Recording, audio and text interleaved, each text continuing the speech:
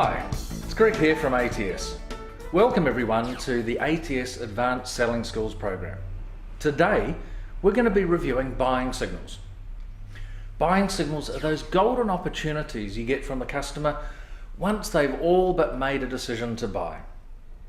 While most signals come towards the end of the sales process, in other words, once we've gone through the needs analysis and the benefit selling stages, this is not always the case.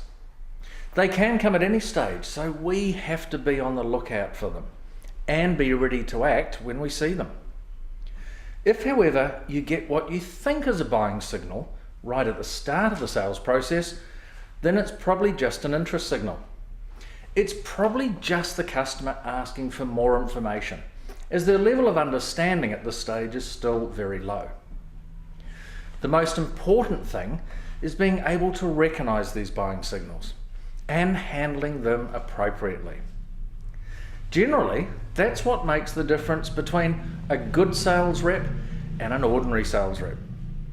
The reality is, if customers are giving us buying signals and we don't pick up on them, they can get pretty upset with us. You might have even been in a situation yourself where you've been giving off these signals, where you've been trying to buy something and the salesperson doesn't pick up on your signals. You probably know what it feels like and just how annoying that can really be. And you know how often you simply walk away. So from now on, we're going to make sure we're looking for the signals and that we know what to do when we get them. There are three key ways that buying signals will be relayed to us. Firstly is what we call an active signal. That's where a customer shares some information with us and then wants to take us to show us around their warehouse. They might even suddenly start introducing us to other people who are involved in the sales process, or they might start sharing other pieces of information, reports and so forth that have been tucked away in the bottom drawer. These are all strong active signals and we've got to see them, recognize them, and then act accordingly. The second type of signal is through the body language. And body language is one of those areas that can give you an awful lot of information about how your customer's feeling. How comfortable or uncomfortable they are with you. Are they sitting back or are they leaning into the sales process and becoming keen? Are they opening up their arms? Are they smiling, nodding, or even picking up a pen? So pay attention to what the customer's doing, as they may be giving you the buying signal and it may come at any stage. The most common buying signal, however, are the verbal signals. These are the open and closed questions from customers that show they're keen to buy. The customer might say something like, could you get that to me by next week? Or how much does that cost? Naturally, we think these are very strong buying signals, don't we? The trick is, now that we can recognize the signals, we've got to know what to do when we see them. And there's a simple rule for buying signals, and that is, we answer with a yes or a no or short explanation. And then we ask a counter question. And that counter question is going to help lead the customer to a decision. An example could be if the customer turns around and asks, well, how much will that cost?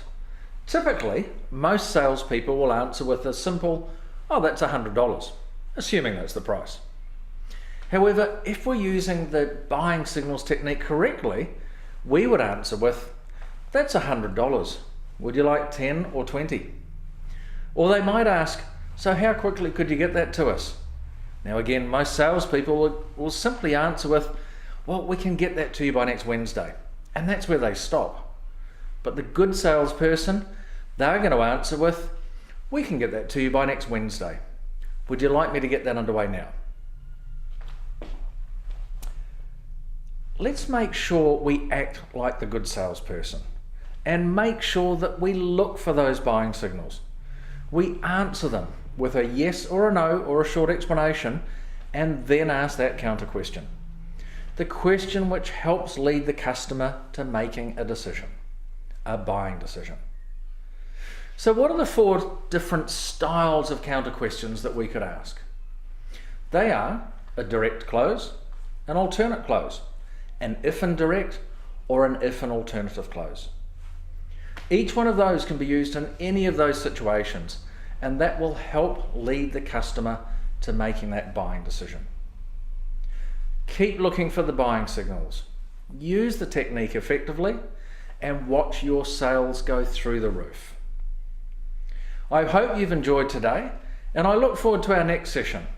And let's remember, if you don't change anything, then nothing changes.